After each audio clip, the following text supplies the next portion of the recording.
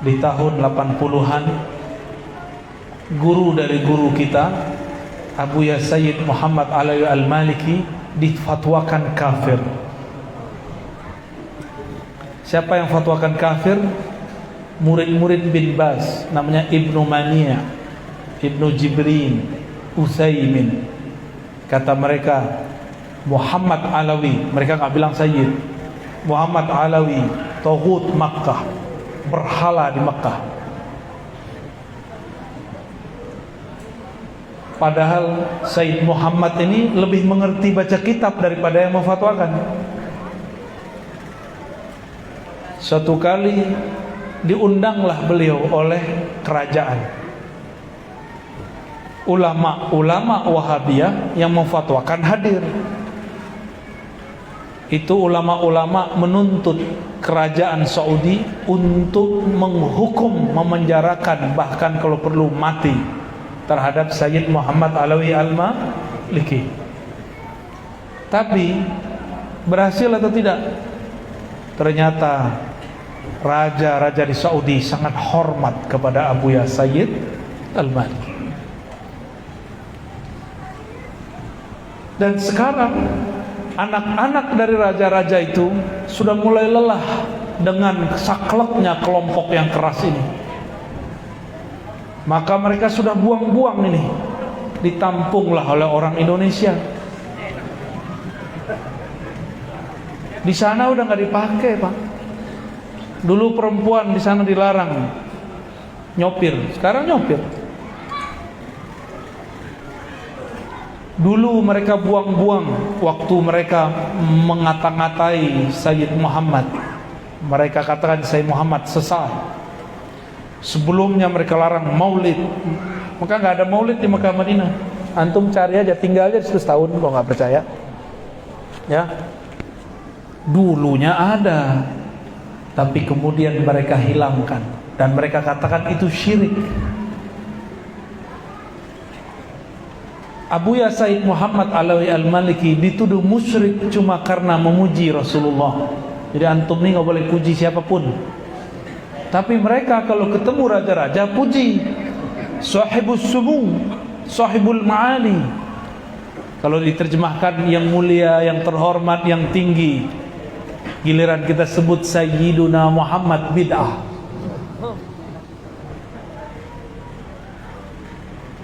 Betul-betul tidak faham, tapi ketidakfahaman dijadikan akidah. Kembali kepada imam yang saya sebutkan pertama, Ibnu Hibban, itu ahli hadis. Jadi akidah ahli hadis itu apa? Ternyata ahli hadis itu bukanlah suatu manhaj akidah. Ingat-ingat, ahli hadis periwayat sunnah bukanlah satu manhaj akidah, bukan satu model akidah. Karena di kalangan ahli hadis banyak akidahnya. Ahli hadis itu tugasnya meriwayatkan hadis, bukan meriwayatkan akidah. Paham? Maka tidak ada namanya aqidatu ahli hadis. Yang ada aqaidu, bukan akidah. Akidah banyak. Tidak ada namanya manhaj aqidati ahli hadis. Yang ada manhaj manahij, ya, banyak manhaj. Karena ahli hadis ini juga beragam. Kita mundur, ada Imam Ahmad bin Hanbal. Imam Ahmad bin Hanbal dulu sama-sama ngaji dengan kawannya bernama Husain Al-Qarabisi. Siapa namanya? Husain Al-Qarabisi. Ini mereka kalau ngaji ke Imam Syafi'i sering khidmah dan nginap di rumah Imam Syafi'i untuk berkhidmah. Imam Husain, bahkan lebih sering Imam Husain ini tidur di rumah Imam Syafi'i daripada Imam Ahmad. Meninggal Imam Ahmad, Imam Husain Al-Qarabisi dan Ahmad pecah kongsi. Tahu pecah kongsi? Ternyata ada penyebar hoax, tukang adu antar imam. Ini hati-hati, ini Ustadz Habaib itu dipecah oleh bocah-bocah kecil yang manas-manasin. Dia hadir majelis A, nanti datang ke majelis B, dia jelek-jelekin.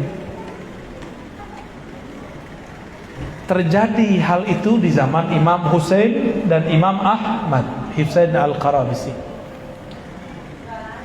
Di masa Imam Ahmad, pemerintahnya bukan ahlu sunnah, tapi beraliran Muhammadiyah, bukan, beraliran Mu'tazilah.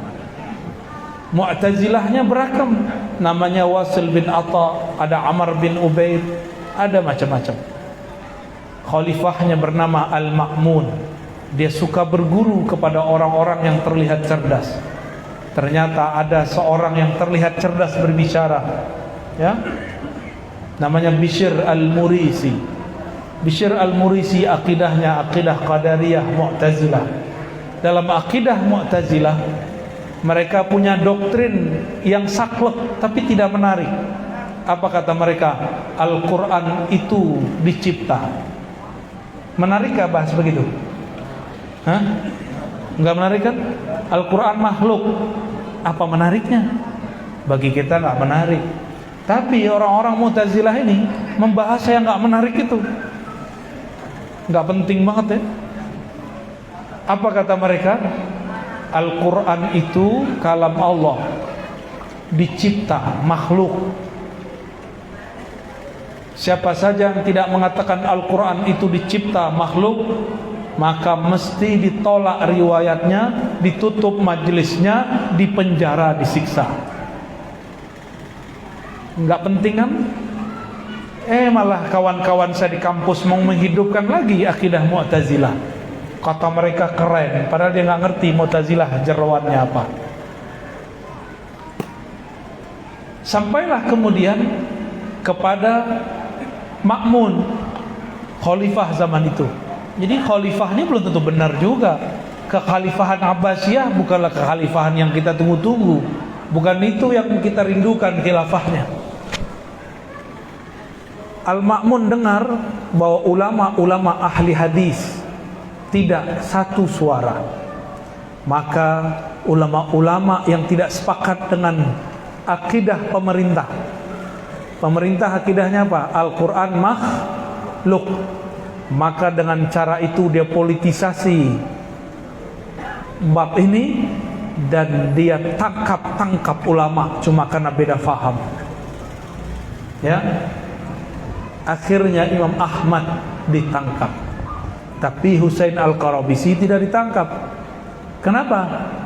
Karena pemahaman Husain tidak bisa dikalahkan oleh kelompok Mu'tazilah. Padahal akidahnya beda. Husain Al-Qarabisi mengatakan Al-Quran tidak makhluk, tapi dia bisa menjelaskan. Imam Ahmad diam aja, ditanya diam. Quran makhluk atau tidak? Diam. Bagi Imam Ahmad gak penting. Ya, membahas yang gak pernah dibahas Nabi gak penting. Imam Ahmad diam. Quran makhluk atau tidak? Diam. Makhluk atau tidak? Diam. Udah masuk penjara. Tangkap langsung. Husain Al-Qarabisi dia belajar cara menjawabnya, maka dia selamat. Malah yang bingung yang nanya. Bahkan ada temannya Husain Al-Qarabisi ditanya, Quran makhluk atau bukan? Dia jawab dengan jawaban yang orang ngerti bahasa Arab ngerti maksud saya. Kalau nggak ngerti dengerin aja ceritanya ya. Di dalam Al-Quran ada kalimat Inna ja'alna hu Qur'anan Arabiyyah. Sungguh kami ja'alna, bukan khalaqna. Beda gak ja'ala dengan khalaqa? Ja'ala menjadikan, khalaqa menciptakan. Beda. Kalau menjadikan barangnya sudah ada lalu dipindahkan statusnya, itu ja'ala. Seperti ini ja'ilun fil ardi khalifah, aku hendak menjadikan khalifah di muka bumi. Tadi di surga dipindahkan ke bumi. Itu Nabi Adam. Maka sahabat dari Husain Al-Qarabisi disidang, Al-Quran makhluk atau tidak? Jawaban dia apa? Innal Qur'ana maj'ulun. Sesungguhnya Quran itu ja'ala yaj'alu maj'ulan. Yang nyantri paham, yang gak nyantri bengong. Si orang pemerintah bilang apa? Orang kerajaan bilang apa? Orang kekhilafan bilang apa? Makhluk atau bukan? Dicipta atau bukan? Dijawab, Al-Quran maj'ul, dijadikan, bukan diciptakan. Makhluk atau bukan? Maj'ul. Makhluk atau bukan? Maj'ul. Yang nanya bilang makhluk, yang ini bilang maj'ul. Lalu dibacakan ayat, inna ja'alnahu, ini sampai akhir ayat. Akhir yang nanya bengong. Ternyata yang nanya ini ilmunya cuma sampai di situ. Ya, kadang-kadang yang interogasi nggak lebih pintar daripada yang diinterogasi. Lewat. Akhirnya dia pusing. Kamu siapa sih? Yaudah sono. Bebas dia. Ini kawannya Husain Al-Qarabisi. Bahkan ada yang mengatakan dia itu sendiri. Keluarlah Imam Ahmad dari penjara.